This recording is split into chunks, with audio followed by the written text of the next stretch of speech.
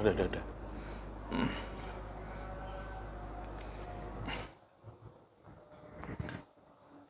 Oke, bismillahirrahmanirrahim. Assalamualaikum warahmatullahi wabarakatuh. Alhamdulillah wa syukurillah wa la hawla wa la quwwata illa billah.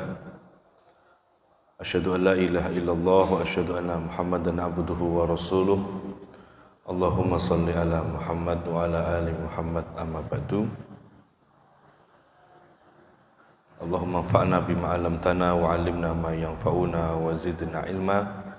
Allahumma arinal haqqa haqqan warzuqna ittiba'ah wa arinal batila batilan warzuqna ijtinabah. Amin amin ya rabbal alamin.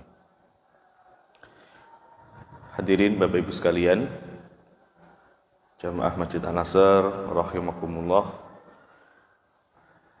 Kita lanjutkan kajian fikih sirah nabawiyah. Kajian yang membahas perjalanan sejarah dari manusia mulia Nabi Muhammad sallallahu alaihi wasallam, dan materi yang sebelumnya adalah materi tentang hijrah ke Habasyah. Hijrah ke Habasyah, ada yang masih menetap di sana, ada yang pulang. Kenapa mereka pulang? Karena ada kerinduan kepada Rasulullah sallallahu alaihi wasallam. Bagaimanapun Rasul itu punya daya magnet, wajahnya, senyumnya, bicaranya itu sangat dirindukan Nabi sallallahu alaihi wasallam.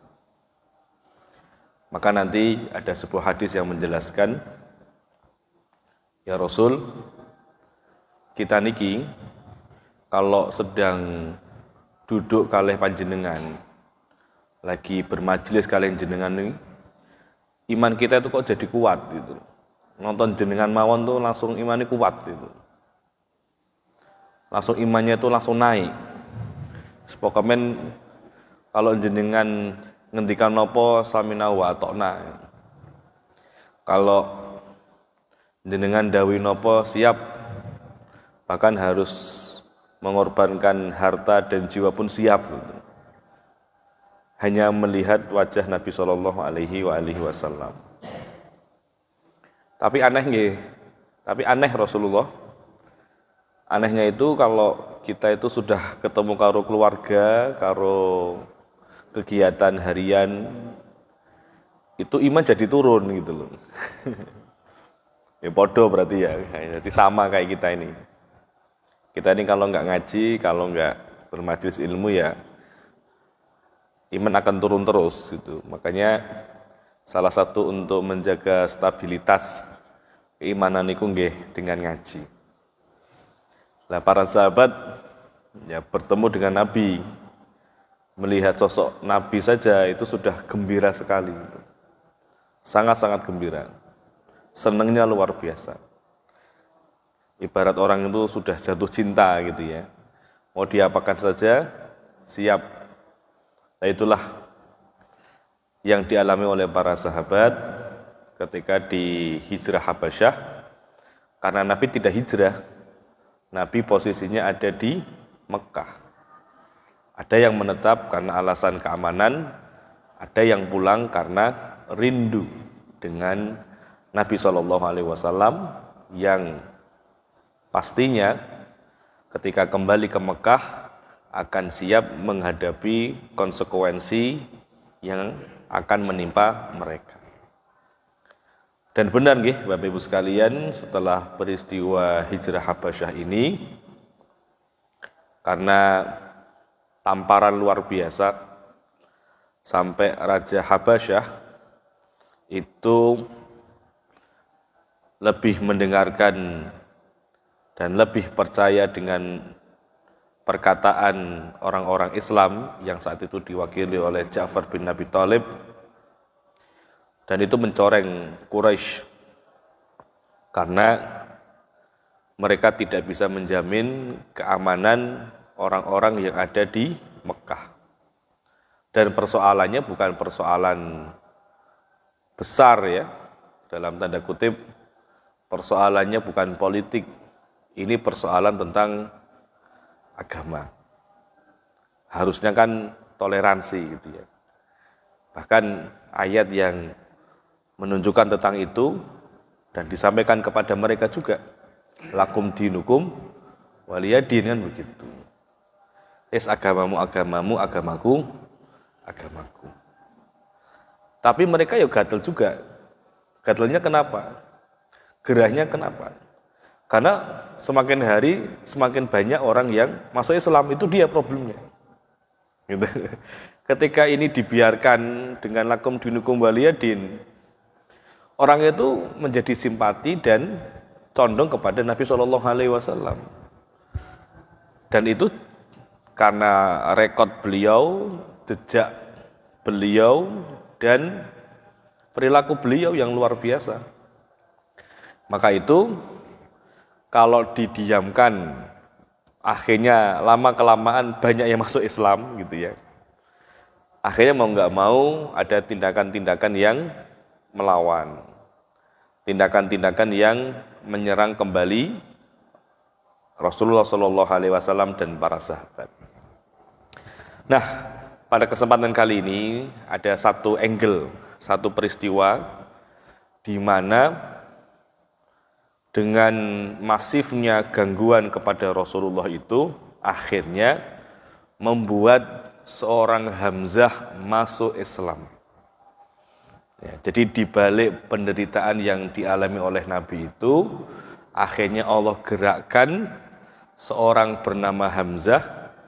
Dan kita tahu Hamzah ini kalau secara kekuatan itu 11 dengan Umar bin Khattab.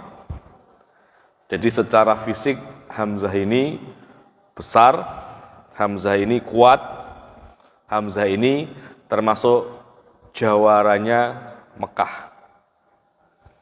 Makanya ketika nanti kita bicara tentang Umar mau masuk Islam itu, setelah dia mendapatkan hidayah dengan mendengar surat Toha, akhirnya dia menemui Rasulullah, para sahabat takut semua. Ki Umar teko iki gitu ya. Wah, bakal dihantemi gitu ya. Bakal dijotosi iki, bakal dibrabrik karo Umar gitu ya. Terus kata Hamzah yang saat itu sudah masuk Islam, tidak. Biarkan dia datang, maunya apa dia? Kalau dia datang dengan niat baik, kita terima. Tapi kalau dia datang dengan niat buruk, maka saya akan memenggal kepalanya dengan pedangnya. Oh, bayangkan. Ini bahasanya Hamzah itu bahasa yang menunjukkan kelasnya gitu ya. Jadi bukan orang sembarangan ini ya, secara kemampuan, secara fisik luar biasa. Biarkan. Dia maunya apa? Kalau niatnya baik, kita terima. Tapi kalau niatnya buruk, apalagi sampai ingin membunuh Rasulullah, saya akan penggal kepalanya dengan pedangnya. Oh, bayangkan. Itu berarti bahasa-bahasa yang menunjukkan kelas tinggi. Ya. Ini kalau di ring tinju itu kelas berat ini gitu ya. Ini sudah kelas berat sekali gitu ya. Itu Hamzah. Nah, hadirin sekalian, kalau kita bicara sosok Hamzah ini, kita bicara silsilah sebentar nggih. Ya, jadi Hamzah itu secara usia tidak jauh dengan Rasulullah. Ketika ayahanda Rasulullah Abdullah itu menikah dengan Siti Aminah, maka Abdul Muthalib itu menikah dengan sepupunya Aminah. Jadi anake ya, yaitu Abdullah bin Abdul Muthalib itu menikah dengan Aminah. Bapaknya Abdullah, yaitu Abdul Muthalib, menikah dengan sepupunya Aminah. Ya, sepupunya Aminah. Berarti nikahnya tidak terpaut jauh lah. Dari Abdullah dan Aminah lahirlah Rasulullah Shallallahu Alaihi Wasallam, dan dari Abdul Muthalib dan sepupunya Aminah itu lahirlah bernama Hamzah bin Abdul Muthalib. Ya, gitu. Jadi Hamzah bin Abdul Muthalib itu lahir dari ibu yang berbeda dengan ayahanda Rasulullah Shallallahu Alaihi Wasallam. Maka secara usia itu unda-undi lah, ya, lebih tua Rasulullah sedikit, ya mungkin beberapa bulan atau mungkin 1 tahun saja. Artinya secara usia mendekati Rasulullah Shallallahu Alaihi Wasallam. Kalau bahasa sekarang itu paklik cilik gitu ya, paklik tapi usianya lebih kecil gitu ya.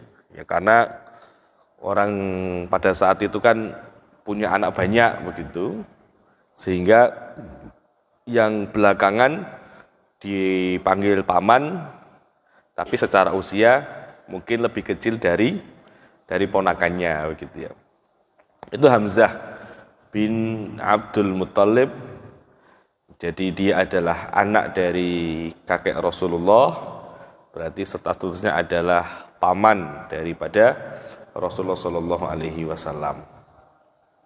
Dan kalau kita bicara tentang kondisi dakwah pada saat itu, yang memusuhi Rasulullah dari Bani Hashim itu hanya Abu Lahab saja. Abu Lahab bin Abdul Muthalib. Paman-paman yang lain cenderung netral dan pasif. Dan pada saat itu paman-paman Nabi belum masuk Islam. Ada Abu Thalib, nanti ada Hamzah, nanti ada Abbas. Ya. Abbas, Hamzah, Abu Thalib ini belum masuk Islam pada saat itu. Nah, kembali kepada dakwah Nabi, setelah peristiwa hijrah Habasyah, itu orang semakin jengkel dengan yang dilakukan oleh orang-orang Islam. Dan pusat kejengkelan itu ditimpakan kepada Rasulullah Shallallahu Alaihi Wasallam. Maka dengan adanya peristiwa hijrah ke Habasyah itu, pasca peristiwa itu, maka semakin tambah marah orang-orang Quraisy kepada Rasulullah Shallallahu Alaihi Wasallam, wabil khusus Abu Jahal. Abu Jahal ini orang yang sangat marah, sangat geram dengan orang-orang Islam, wabil khusus kepada Rasulullah Shallallahu Alaihi Wasallam. Maka tidak heran, ya, Rasul menyebut Abu Jahal sebagai Dajjalu hadhil ummah gitu ya. Dajjalnya umat ini adalah Abu Jahal ya. Nah, pada suatu kali, ini kisahnya ya, ini story-nya. Itu Abu Jahal saat itu berpapasan dengan Rasulullah Shallallahu Alaihi Wasallam di Bukit Sofa. Maka Abu Jahal yang memang sudah geram, yang memang sudah banyak perlakuan yang kurang baik, kurang enak kepada Rasulullah Shallallahu Alaihi Wasallam, ini punya kesempatan karena bertemu dengan Rasul langsung, dan Abu Jahal mengucapkan kata-kata kasar. dan mulai menghina dan menyakiti Rasulullah Shallallahu Alaihi Wasallam. Bahkan disebutkan di dalam Sirah Ibnu Ishaq, itu tidak hanya secara verbal, Rasulullah Shallallahu Alaihi Wasallam tidak hanya dihina, diomongi dengan kasar, tapi disebutkan dalam Sirah Ibnu Ishaq, Rasulullah Shallallahu Alaihi Wasallam itu dipukul oleh Abu Jahal. Tindakannya semakin tambah sadis kepada Rasulullah. Rasulullah ketika, mungkin pernah saya sampaikan ya di pertemuan sebelumnya, Rasul ketika mau sholat di Mekah atau di Ka'bah itu dihalangi oleh Abu Jahal. Padahal itu tindakan kriminal, itu tindakan ilegal. Melarang orang ibadah itu tindakan ilegal.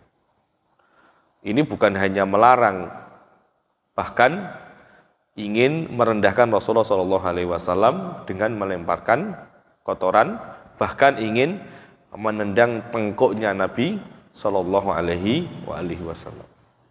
Makanya diabadikan di dalam Al-Quran itu, Ara'aita abdan idza shalla ara'aita in kana 'alal huda aw amara bit taqwa ara'aita in kadzdzaba wa tawalla alam ya'lam bi anna allaha yara kalla la illam yantahi lanasfa'an bin nasiyah nasiyatin kadibatin khatiyah falyad'u nadiyah sanada'u zabaniyah.